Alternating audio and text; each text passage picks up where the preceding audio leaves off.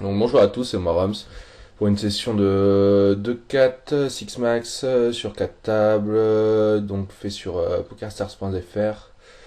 Alors les tables, je connais pas vraiment les règles. Il y a Hugo 47 table de gauche, je crois qu'on a joué un petit peu en 5-10. Il y a Pimos que je connais déjà et Lulo son 11 aussi que je connais déjà. Donc là, il y a mon HUD dessus, donc je vais vous dire un petit peu les stats. Donc en partant par la gauche, en haut c'est VPIP. Ensuite, on a le preflop raise, l'agression factor, fréquence, pardon. Ouais, c'est ça, je pense depuis j'ai changé en facteur, avec le facteur. Je pense que c'est mieux. Ensuite, on a le 3 bet.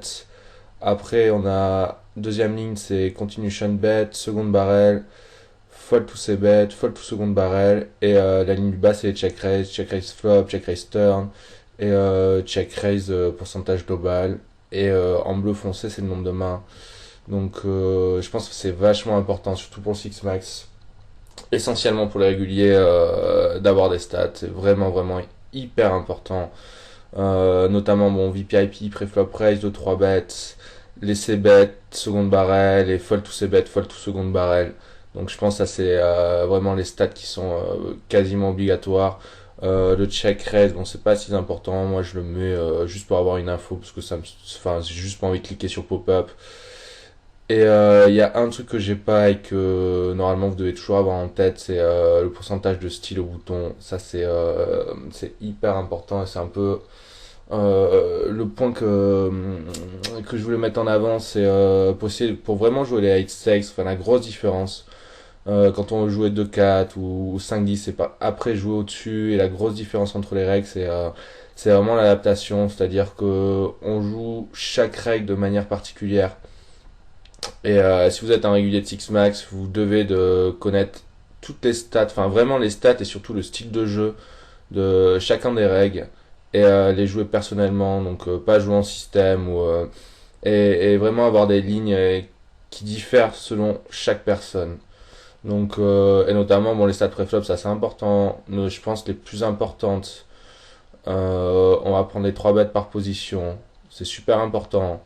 Pour savoir si on flatte au bouton, si on va plus squeeze en small blind ou quoi, si par exemple la big blind, et 3 bêtes beaucoup. Et pareil pour playback, donc il y a ça qui est très important pour les stats préflop. Le style est très important pour adapter notre range de défense.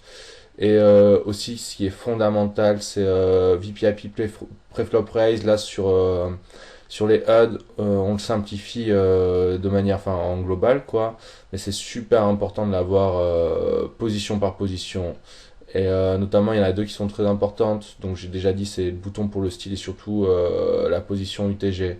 Parce que, on va dire, pour des stats 25-50, la position UTG peut vraiment beaucoup différer selon les joueurs. Et surtout comment on va les jouer différemment. Donc, par exemple, un mec qui open 10%, euh, je vais vous prendre PokerStop, on va regarder, ça va être vraiment très particulier. Par exemple, si la personne open 10% UTG, hop, donc là, avec 10%, donc c'est pas vraiment ça le top 10. On va mettre quelques as-suits, il n'y a sûrement pas roi 10 suit, dame 10 suit, ça y est absolument pas. Roi valet shoot, ça y est. Roi dame off, c'est 10%, on va dire que c'est une nit, quoi. Donc c'est vraiment ça. Il y a as valet, c'est pareil, c'est borderline. Clac, clac, hop. Ah, dis donc. Voilà, ça va être plus facile comme ça. Puis il a sûrement les pocket pairs. Je sais pas s'il en a les low. Il a quelques unit connectors. Donc on va se retrouver avec un range comme ça, mais ultra tight. Et donc bah la première adaptation, ce qu'on va faire, c'est que bah on va beaucoup moins le 3 bet parce que voilà, son range est vraiment hyper grosse carte. Et donc si on colle pré-flop, et c'est exactement pareil sur les flops, tous les flops avec des grosses figures, on va pas pouvoir le playback. Et même si on a des top pairs pas très bien kickés et tout ça, si c'est bête, on va fold parce que son range est bien plus fort que notre est bien trop fort, et on va rien pouvoir faire contre ça. Et à l'inverse, si on regarde tous les low boards, ben, il a quasiment aucune carte de son range qui vont avec, excepté un 7. Donc, excepté un brelan, sinon tous les low boards, Dès que ça fait à partir du 8 en descendant, il a quasiment rien du tout. Et là, par contre, et ben, quand on a la position, c'est ce genre de flop qu'on va choisir contre ce type de profil qui open que très très peu UTG. Et faut les playback énormément parce qu'ils ont quasiment jamais rien. Et s'ils ont une paire d'as là-dessus, si c'est un peu dry, ça va être très très très dur pour eux de continuer, surtout si on devient de plus en plus deep.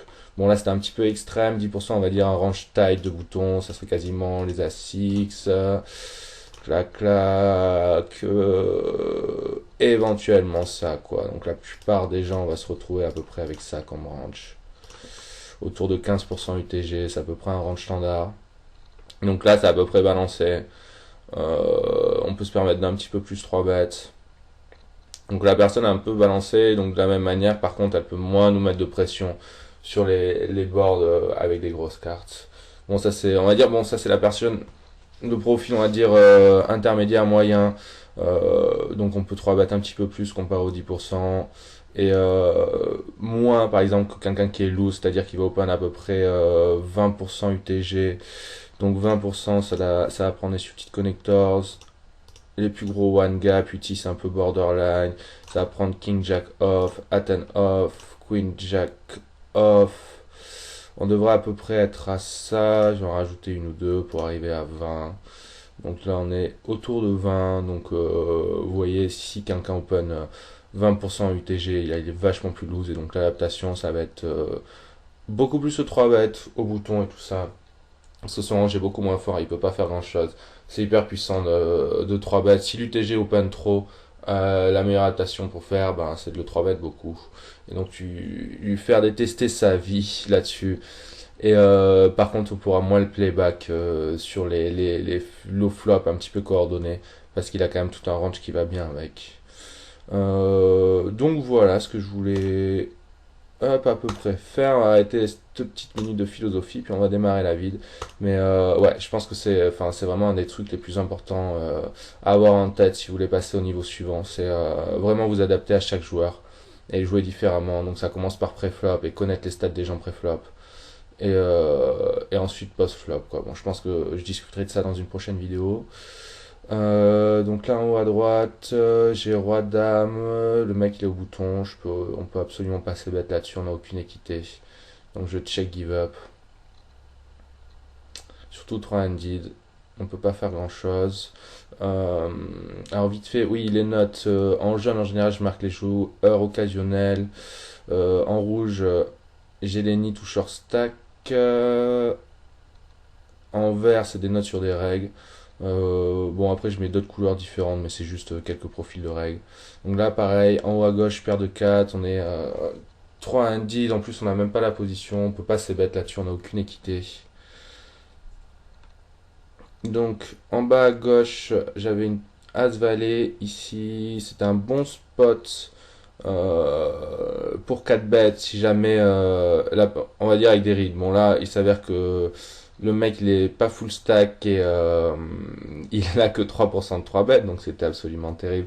Mais on va dire contre un régulier normal full stack qui 3 bêtes pas mal, on a deux bloqueurs, c'est pas un spot si mauvais que ça pour call 4 bêtes et squeeze. Bon bien sûr c'est toujours pareil, la l'UTG sur le peu de stats que j'ai, il open enfin il est à 18-13 donc il est complètement neat.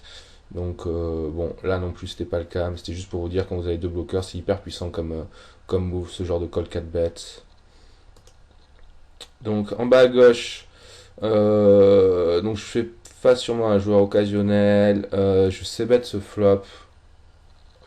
Je suis pas hyper fan de mon c-bet parce que ben en fait je fais give up alors que si je sais bet ce genre de truc là c'est pour faire un multi-barrel, c'est un board hyper dry et il va coller avec plein de SA, de low pocket pair et tout ça et le but c'est de le sortir de la main et donc là en gros je c'est bet ce flop, j'ai le 9 qui ouvre une backdoor flush et qui donne énormément de straight draw, donc j'ai une des meilleures cartes pour barrel parce que ça va être super dur pour lui hormis de pair ou top pair très très bien kické de pouvoir faire face à l'agression. Et en fait, ben, je give up parce que c'est un joueur occasionnel et donc je suis pas, enfin, je pense pas que ça soit un bon c-bet. J'ai un petit peu c-betté sans aucun plan. Donc, bon, j'aurais pu give up au flop et check back et prendre ma showdown value. Donc, en haut à gauche, ma paire de 4, on peut rien faire, je suis obligé de give up. Donc, As-10, UTG, moi je les fold. Je pense que sur une table tough aussi, Roi Valet off, c'est un fold. On va dire range d'open sur une table assez difficile, on va dire dans les As. As Valet off, c'est assurément un open. As-10 off, c'est borderline. Et c'est pareil, Roi Dame off, c'est un open. Et Roi Valet off, ça c'est borderline. Donc ça, je comprends pas très bien ce que fait Hugo et comment il peut donc contre l'opener, surtout en small blind, sur As 10-10 avec une suit. Bref, c'est assez bizarre de sa part. De toute façon, j'avais rien, j'avais aucune équité, je pouvais pas playback. Parce que je pense qu'il donc fold pas vraiment. Donc là, en haut, à droite, les As. Donc spot parfait. J'ai un joueur occasionnel en plus short stack. Je sais pas si vous avez vu. Là, le cut-off. Hop, je vais essayer de revenir en arrière. J'avais As-4, j'ai foldé As-4. Bon, sur ce table, je pense que je dois l'open parce que le bouton il est très très tight. Ensuite, Hugo est pas un reg qui est trop chiant. Et ensuite, il y a Chemi77 qui est aussi très tight. Donc, déjà, on a de la value à style. Et en plus, bon, il est pas full stack. Donc, pour le moment, je lui donne pas énormément de crédit. Par contre, si le bouton où il y a des règles dans les blindes qui sont très aggro, je pense que As-4 off, cut-off, c'est clairement un fold. On peut pas tout open là-dessus. Je pense que c'est trop loose parce qu'on va se faire playback trop facilement, surtout avec les games actuels. Donc, revenons en haut à droite avec les As, donc spot parfait, UTG qui open en plus avec un joueur entre les deux, donc c'est un super squeeze au bouton. Donc Lulo, j'ai un read sur lui, c'est qu'il est vraiment 4 bet happy quoi. Il 4 énormément, 4 bet enfin ouais, il 4 bet énormément. Je vais pas donner de sous mes reads non plus parce que bon, on va peut-être se retrouver aux mêmes tables, même si je joue pas trop.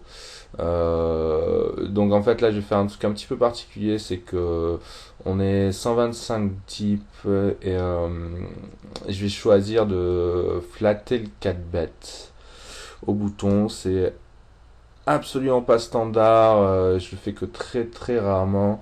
Et en fait j'ai pris cette décision ici dans un but bien précis, ce que je disais avant.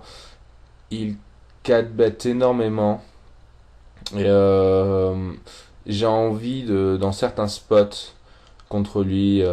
Bon là c'est un peu dur parce qu'on est à l'opposé de la table, mais si jamais on se retrouve sur notre table, cut-off contre bouton, ou par exemple small blind contre big blind, de pouvoir coller ces 4 bêtes en position, même très légèrement deep comme 125. Par exemple on serait 150-200 deep, coller un 4 bet est correct. Bon 200 deep plus assurément. Là aussi peu deep, normalement c'est pas bon de coller un 4 bet. Sauf read particulier et j'ai envie qu'il ait à l'esprit que en fait quand je colle un 4 bet je peux avoir des mains très très fortes, donc c'est pour ça que je le fais dans cette situation précise, et en plus parce que je pense que son range de 4 bet là sur mon squeeze euh, et ouais et pas très très fort, même s'il y a le joueur intermédiaire entre les deux. Donc je vais flatter. À gauche, c'est Roi Dame Suit. J'ai réalisé Small Blind contre Big Blind. Je prends une ligne de check call standard sur ce genre de flop. J'ai seconde paire. En plus, ça va me protéger ma range de check call. Je le fais aussi avec des As-X pour le protéger. Donc il check, il n'y a pas de value à gauche pour bet la river. Ça fait check call, check check. Donc à la river, je sais pas, il y a aucune value. On peut le laisser voir, est-ce qu'il va bluffer, est-ce qu'il va essayer de bet une dame si jamais il a battu une dame au flop. Normalement, la plupart du temps, ça va se finir par check back. Et donc, en haut à droite, c'est un spot. Enfin, le soft est un petit peu scary pour lui, j'imagine. Enfin, pas scary, mais j'ai pas vraiment d'air là-dedans. On n'a pas d'intérêt à chip. On veut essayer de représenter une dame. Parce que je pense qu'il met énormément sur As-Dame, Roi-Dame. Donc, je vais essayer de représenter ça au pire des cas, une paire inférieure. Mais bon, c'est peu probable. Sinon, la plupart du temps, il me met là-dessus. Donc le roi, c'est pas une très bonne carte, de toute façon ça change rien, il shove. Et en fait on se retrouve les deux avec As contre As. Donc c'est un board un petit peu loqué là, Dame 5-5. On peut pas raise quoi. J'aurais bien un low board avec les as, ça aurait été parfait parce qu'on aurait stacké toutes ces overpairs. Là-dessus, sur dame 5-5, c'est un peu plus difficile quoi. Bon, au final, ça change rien, on avait la même main tous les deux. Donc ouais, ce que je suis en train de regarder, c'est sur le roi dame en fait. Je sais pas si vous l'avez vu, c'est ça, c'est pareil, c'est l'adaptation. C'est, je vais vous le remettre. Hop, c'était où? Ici. En fait, donc ça fait check call flop, check check. Et en fait, il muck 4 et 5. Donc c'est super important de voir ça. En fait, il prend un stab avec sa flush. Enfin, sa flush draw. Et il check back turn. En plus, il prend une gut shot à la turn. Donc il gagne un petit peu d'équité.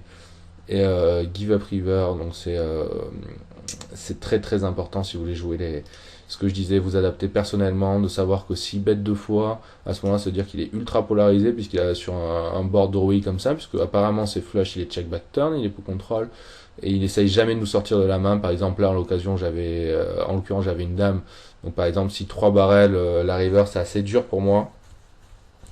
Donc en fait il essaye pas de le faire et avec ses flush draws que normalement s'il bet le flop il doit bet la turn et continuer à faire style comme s'il avait un as ou s'il prend enfin je préfère check back flop plutôt que bet et check back quoi. Faut essayer d'être cohérent avec sa main. Et, là c'est pas très cohérent quoi. Donc ça c'est important de prendre ça comme note, de voir qu'il prend un stab et give up. Donc c'est vachement utile. Là, je perds de 6. On peut pas flatter pocket pair là sur les 3 bêtes. Surtout à 100 bébés, c'est impossible. Hors position, les low pocket pair.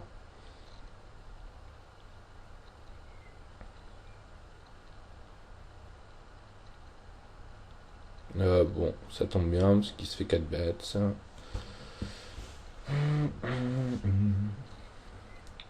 Donc en haut, paire d'as, pas de bol, pas d'action. Donc aussi, disons, pour les leaks aussi, faites gaffe en small blind contre big blind, n'a pas joué trop loose. Je pense que les joueurs jouent vraiment trop loose. Ils attaquent trop en small blind. Surtout si la big blind est compétent, foldé, parce qu'on peut. Enfin, c'est hyper dur ce spot à bien jouer. Donc là en bas à gauche, j'avais 8-7, j'aurais pu squeeze. Je préférais juste coller, j'ai pas envie de me faire 4 bêtes. En plus, c'est un spot multi-way, ça joue, c'est des mains qui jouent quand même bien, même hors position. Donc là, flop rêvé.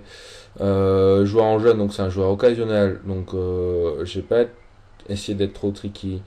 Contre des règles, on pourrait prendre d'autres lignes comme check call ou l'idée pour essayer d'équilibrer notre range parce que c'est assez difficile de représenter quelque chose de crédible sur ce genre de board. Enfin, je pense que notre main est vite face up parce qu'on va check raise. Au final, on check raise quoi ici? On check raise 1-7, surtout dans deux joueurs. Soit l'as de cœur, donc par exemple as-dame avec l'as de cœur ou as-valet avec l'as de cœur, ou à la rigueur dame-valet avec, enfin non, on n'a même pas dame-valet off ici. Donc on se retrouve extrêmement polarisé. Et sur blanc-blanc, enfin, ça va être assez dur et si le joueur read bien les mains, enfin, ça va être assez compliqué à jouer. Donc moi, enfin, j'aime bien prendre des lignes soit de check call, soit de donk avec une très grosse partie de mon range contre des réguliers.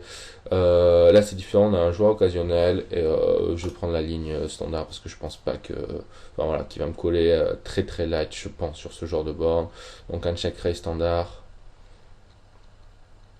Donc évidemment get it in. La turn elle est parfaite. J'essaie de bet assez gros parce que je pense qu'il fold jamais la plupart du temps. Soit il a un gros cœur ou soit il a une autre main faite et donc on a envie de mettre le plus possible au milieu pour qu'il ait moins colle à la river et qu'il soit plus tenté d'hero. Donc à la river on a un chiffre facile.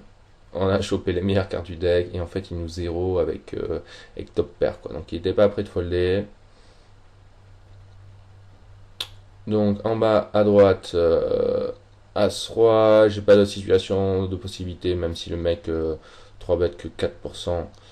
J'ai pas vraiment d'autre choix. Il a 80 bébés. As-3, ça se joue beaucoup trop bien.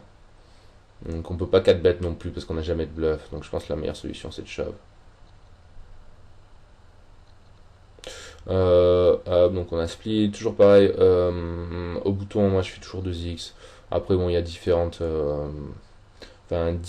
options et tout ça. Je pense que, correct de faire 2x ou 2x et demi. Je pense que 3x c'est trop gros. Excepté si vous avez deux joueurs occasionnels dans les blindes. Alors là, oui, il faut 3x. C'est normal puisqu'on a la position, on va les exploiter à fond. Mais contre des règles ou quoi, je pense que. Enfin, j'ai pas moi, je préfère 2x pour différentes raisons parce que je pense que ça va mieux avec mon style de jeu. Mais 2x ou 2x et demi sont les meilleures options comparé à 3x qui est beaucoup trop gros. À mon avis, hein.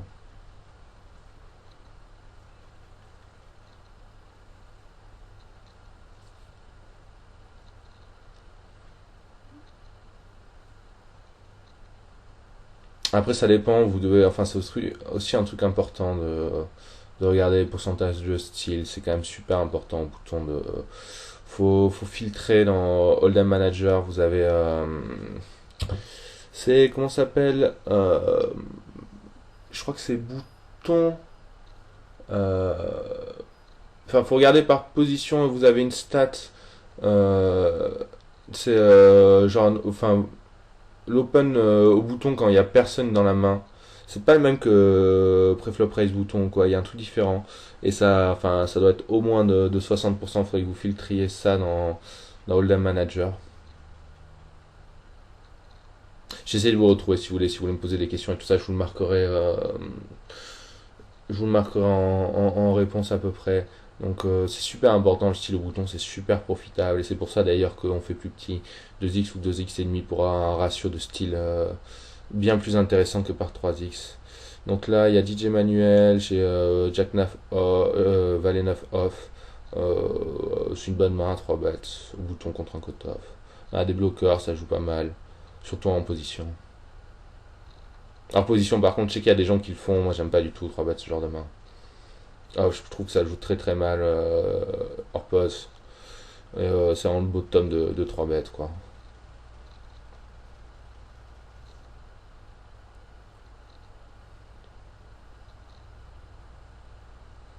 Hop, donc Dame 8, standard open au bouton.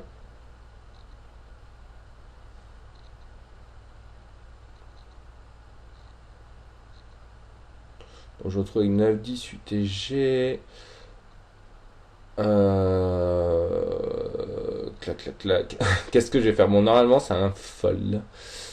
Pas trop s'embêter. Bon, j'écolle. Je pense que j'écolle pour une raison particulière. C'est que il 3 bet extrêmement peu. Donc, il est extrêmement polarisé.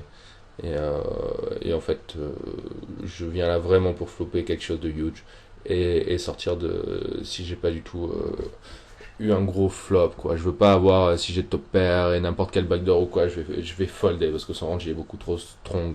Par contre, je pense qu'à chaque fois qu'on flop quelque chose de huge, il va stack off pour rien. Bon, c'est pas la meilleure des raisons. Je pense que overall un fold c'est bien meilleur, surtout avec la small blind entre.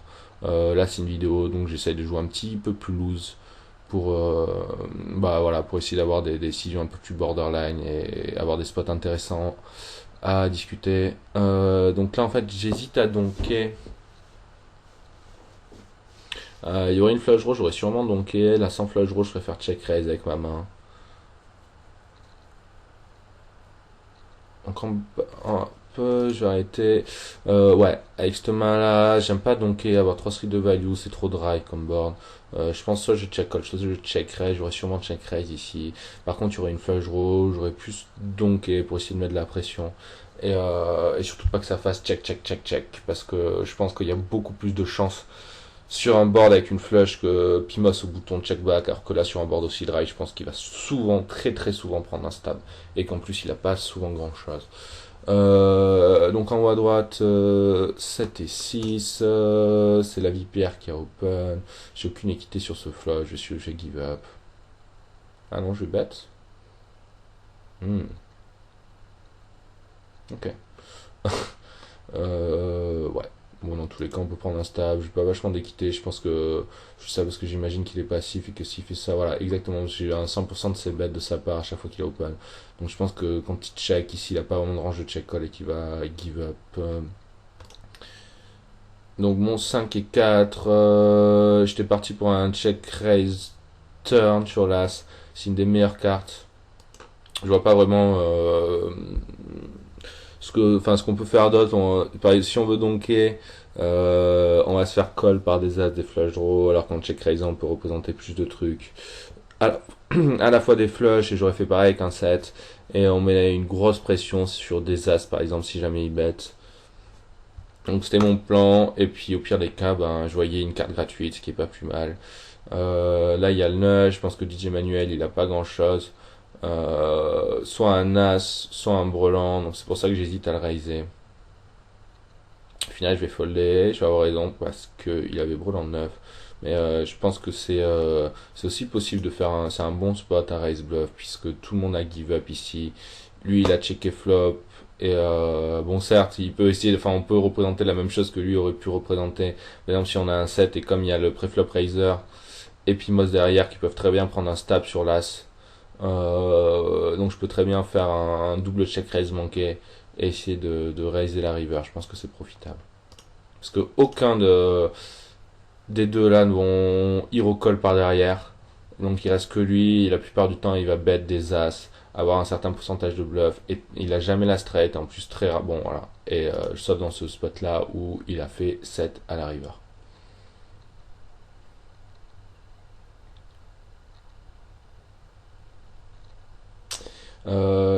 Donc là, j'ai Valet 10 shoot. En fait, c'est un coup un peu spécial puisque donc ça c'est une session en fait j'ai joué 1 heure ou 2 avant de record, essentiellement pour avoir des reads sur les vilains, avoir des stats. Ça fait longtemps que j'ai pas joué sur les points .fr et spécialement de cas, donc j'avais aucune idée. J'avais envie comme pour parler un petit peu d'adaptation et tout ça, de jouer un petit peu avec les règles, d'avoir une certaine image et surtout d'avoir une idée de leur jeu. Donc en fait le fiche, j'avais joué plein de tables avant la vide, en fait, j'avais position sur lui, donc je l'ai énormément 3 bêté. Il a l'air assez aggro, le peu de main que j'ai, il a bet énormément, pas mal 3 bêtes, c'est un reg étranger. J'avais jamais joué avec lui avant, mais je pense que, enfin, du peu que j'ai vu pour moi, série de là, il est vraiment très aggro. Et en fait, là, il y a deux choix, je suis quasiment sûr qu'il va me 4 bet avec la dynamique, parce qu'on là, on se retrouve un petit peu plus deep. Et je pense vraiment qu'il va me 4 bet, donc on est 190, j'ai valet 10 shoot. Et en fait, 3 bêtes pour call le 4 bêtes. Je suis pas hyper fan de call les 4 bêtes, surtout en dessous de 200 deep. C'est pas vraiment un truc que j'adore, mais là sur cette main, enfin en général, soit je prends ma décision, si je veux pas me faire 4 bêtes, par exemple avec cette main je la flat juste. Si je pense que le 4 bêtes est vraiment possible. Euh, si j'ai pas envie de faire face à un 4 bêtes et qu'en plus voilà j'ai déjà 3 bêtes pas mal avant et tout, je vais le flat parce que c'est un petit peu un désastre de se faire sortir avec une main aussi forte. Là en l'occurrence je pense qu'il va vraiment playback quoi qu'il arrive, donc je prévois de 3 bêtes et colle le 4 bêtes, même 190 là comme c'est le cas. Donc on a un flop assez intéressant parce qu'on se retrouve avec une open ended, sur un board avec une flush draw. Donc on a deux choix, ça va être soit de check raise le flop ou soit de check call flop. Il y a deux façons différentes. J'essaie de détailler ça un petit peu plus. En plus c'est assez tricky parce que là on se retrouve avec un stack de 150 bébés et donc on va dire que la possibilité, enfin le check raise est possible. On va dire que le désavantage du check raise dans ce spot là, c'est que si on tombe contre une flush, notamment une flush avec des overs, on est pas mal crush. 150 deep avec le fold d'équité, c'est bon, ça passe très bien. Par contre, on est un peu plus deep. On se retrouve dans un spot assez difficile parce qu'on va check raise, on va pas pouvoir check shove la plupart du temps. Et lui, il peut très bien repop avec des flush draws. Et là, on se retrouve complètement crush. Donc, par exemple, 200-230 deep, c'est un spot un petit peu délicat. Si on veut, si on check, on peut aussi prendre l'option de donker. Ça dépend. Donc là, par contre, à ce moment-là, avec 150 BB, j'ai deux options. Soit check call, soit check raise. Je choisis check call parce que il semble c'est bête énormément. Là, c'est les stats 5 handed. Sur en 6 max, enfin, il avait un pourcentage de c-bet et de seconde barrel énorme. Donc, je pense que là, il fait ça à peu près avec tout son range et qu'il va sur un board un petit peu comme ça. Seconde barrel énormément d'over et gut shot, même de low flush draw. Et l'intérêt, c'est de check raise et voilà, de prendre de l'équité en plus. Et en gros, ouais, essayer de prendre de l'équité, le fait qu'ils grossissent le pot et qu'ils doivent fold face à un shove, notamment fold des low flush draw. Donc, on va voir. Je vous ai fait un petit poker stop en fait en fait pour comparer les deux plays quoi. J'avoue que dans ce cas précis, bon, bah, il faut, donc en gros, c'est absolument la réussite parfaite sur ce board. Donc pour revenir à cette main, hop, je vous l'ai mis dans le Hold'em Manager. En gros, clac, clac, clac.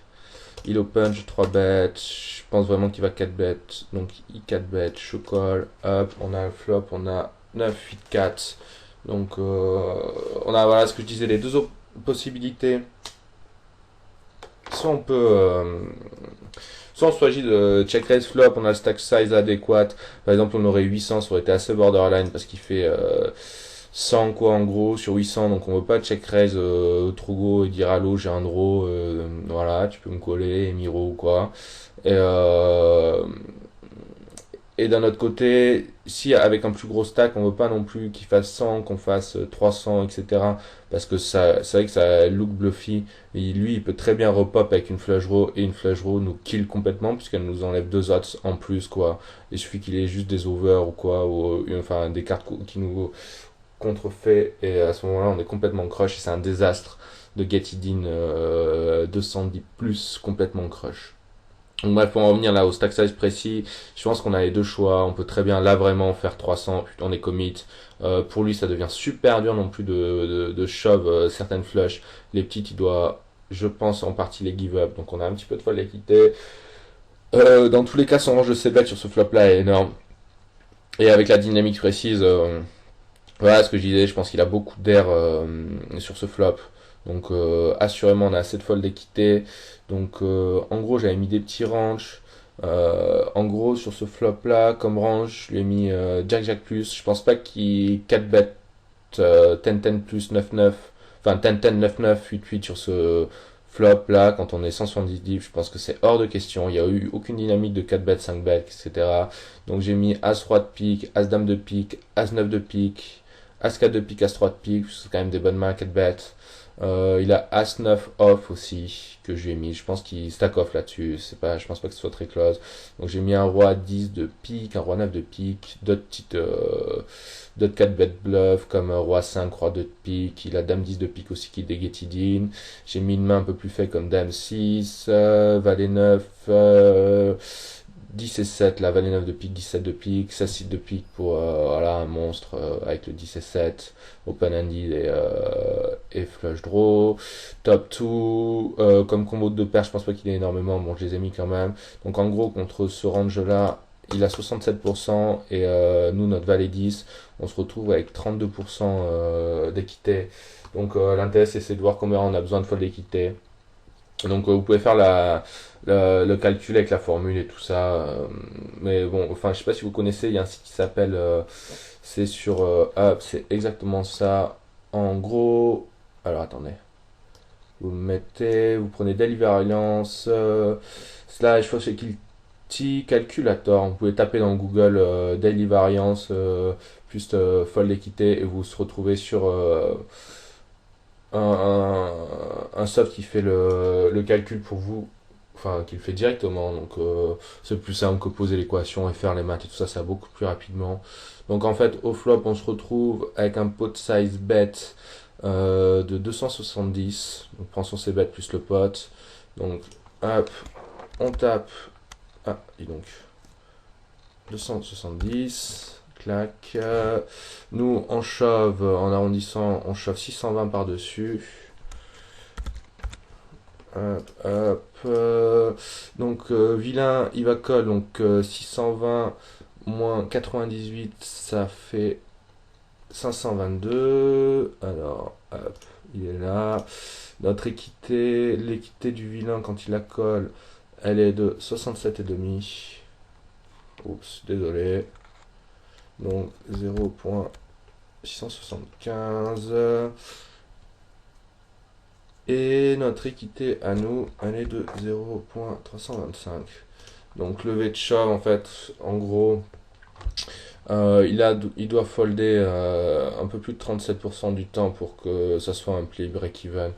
Donc, en l'occurrence, je pense que c'est EV+, dans tous les cas. Ça aurait pu être le move standard, par exemple, de check raise ici.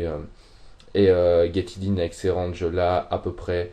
37% c'est sûr qu'il est folle. Par contre, je pense que le play de check call et check raise turn, on va vraiment, vraiment, enfin, on va plus gagner de value. C'est plus profitable ici, un petit peu deep de faire ça. Donc, j'ai fait d'autres équités. Enfin, j'ai mis un range un petit peu différent. Ça change pas grand chose. J'ai fait ça dans stop. En fait, à la turn, j'ai rajouté la paire de 3 si jamais il a 4 bêtes 3-3. Bon, même si c'est très peu probable, je préfère mettre ça dans mon stove puisque bon, il a un petit peu la nuts quoi. Donc il a encore As-3 de pique, As-Dame de pique, As-9 de pique. J'ai laissé As-3 de pique, j'ai enlevé enfin le As-4 ou quoi parce qu'il a pas les codes pour coller. Parce que l'intérêt de check call, check shove en fait c'est de lui faire folder dot draw. Par exemple, s'il fait ça avec Valet 10, il a pas les codes. S'il fait ça avec des baby flush, il a pas les codes comme Dame 10 shoot et tout ça. Si c'est seconde barrel la turn, en fait, on va shove. Et l'intérêt plus deep de prendre cette ligne-là, c'est aussi enfin, de lui faire folle des mains qui, en l'occurrence, nous dominent sur le coup. Donc, c'était un petit peu le but de la manœuvre. Et surtout parce que je pensais qu'il allait seconde barrel énormément. Donc, ouais, là, j'ai ses stats X-Mike, il a 90% de ses bêtes, quoi. Et il a un second barrel, je crois que c'était dans les 3 bêtes post, j'avais vu faire des moves et tout ça, c'est pour ça que je pensais ça. Donc, pour en finir avec le range, je vais garder Roi 9. Je pense Dame 10, c'est hyper close, mais il a tout juste les cotes avec sa gut shot. Donc, je pense qu'il colle. Valet 9, c'est sûr. 17, c'est sûr. 7 et 6 aussi. 6 et 5 aussi, puisqu'ils ont pris l'open handed. Donc, en 9-8, 9-4, 8-4, j'ai rajouté 8 et 3 pour un autre combo de 2 paires. Bon, même si des moins de très pauvres, dans tous les cas, elles sont devant moi. Donc, ça, enfin, je pense que c'est à peu près accurate là, ce stop. Donc, avec ça, il a 78% d'équité.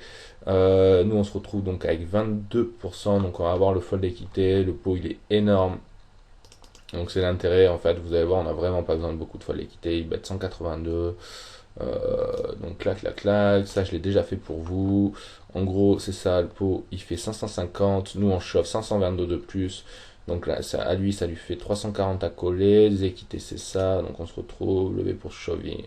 Chauvet, en fait, en gros, il a affoldé à peu près 27% du temps. Je pense enfin, je pense que les équités, elles sont un petit peu plus hautes que la norme. On va voir, c'est sûr qu'il fold au moins 27% parce que son range de seconde barrel est énorme. Je suis sûr qu'il seconde barrel avec deux over, avec As-Roi, As-Dame, sans les draws. Il prend des open ending qui peut pas bet call là-dessus. Il a des gut shots, des Dame 10, des trucs comme ça. Donc, je suis certain. Donc, voilà. Donc, en gros, si vous voulez comparer entre deux moves, c'est pas mal du tout là, ce site d'Ali Variance, le fold équité calculator.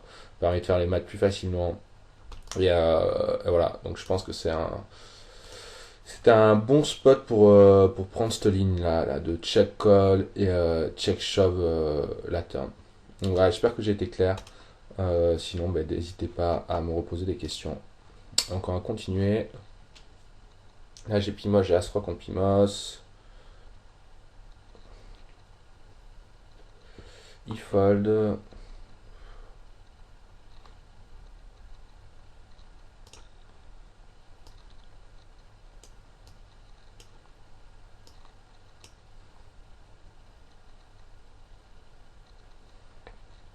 Donc là, aussi pareil, je sais pas si vous Excusez-moi. Euh, Hop, je vais le refaire.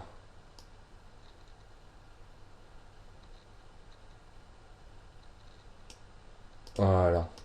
Donc en gros, Pimos me 3 bêtes, je défends son 3 bêtes avec As 8 shoot. Au bouton, Pimos il a un range de 3 bêtes, enfin il a un gros range de 3 bêtes chip, il a plein de figures, des low enfin plein d'AX, quelques low pocket et tout ça.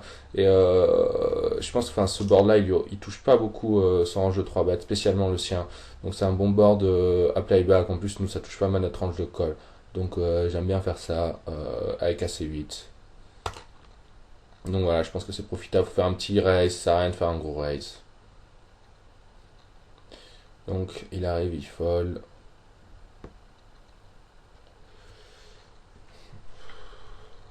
Donc là j'ai la vipère, il check encore ce flop. On a le valet de cœur, on a suffisamment d'équité pour le barrel sortir de la main. De toute façon il a pas l'air trop pénible hein, sur le coup à chaque fois. Dès qu'il check fold pour le moment.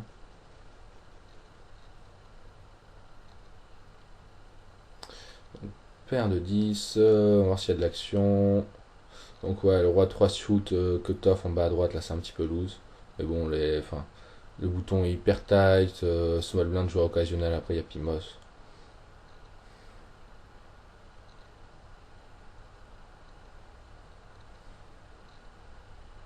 Donc toujours pas d'action.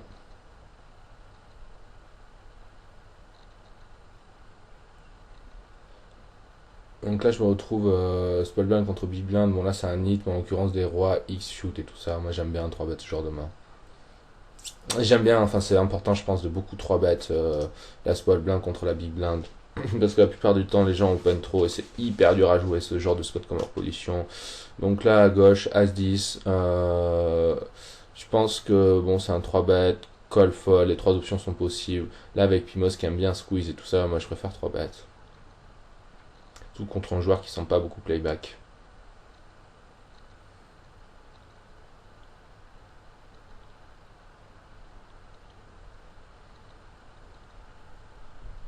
Donc valet 10, 6, standard.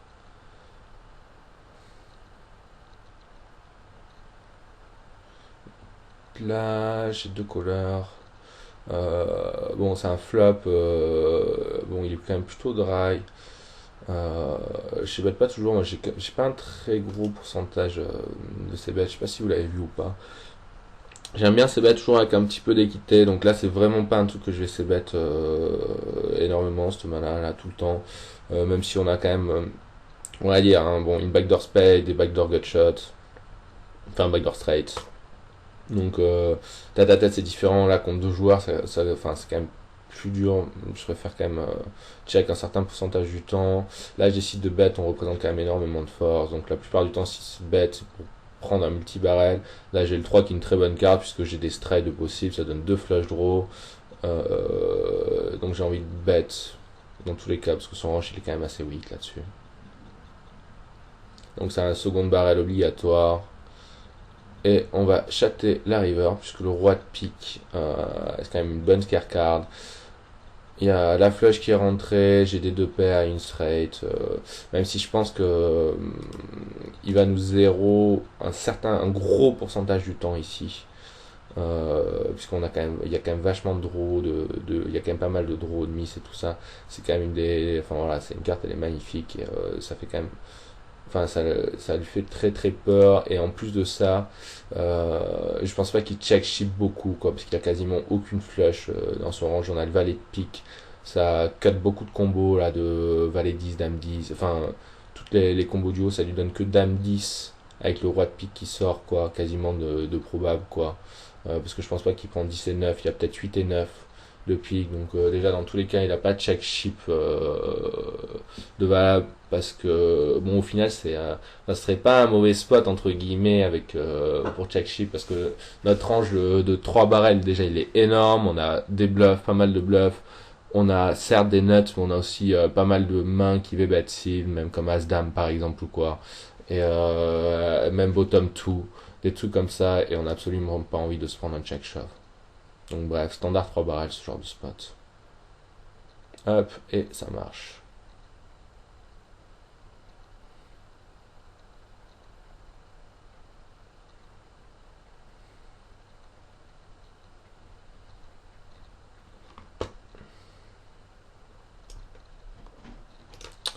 Donc je vais laisser justement finir. Là, j'ai regardé la suite. Il n'y a pas de main super intéressant. Donc je pense que je vais m'arrêter là pour aujourd'hui. Ça fait à peu près 45 minutes de vidéo. Euh, je pense que c'est pas mal. Il y avait, c'est qu'il n'y a pas fait beaucoup de mains, mais je pense que discuter de pas mal de spots intéressants qui étaient hors des tables là sur l'adaptation et tout ça. J'espère que je n'ai pas parlé trop vite ou que c'était pas trop à la fois. Sinon, n'hésitez pas à me poser des questions. Et sinon, j'espère que ça vous a plu. Voilà.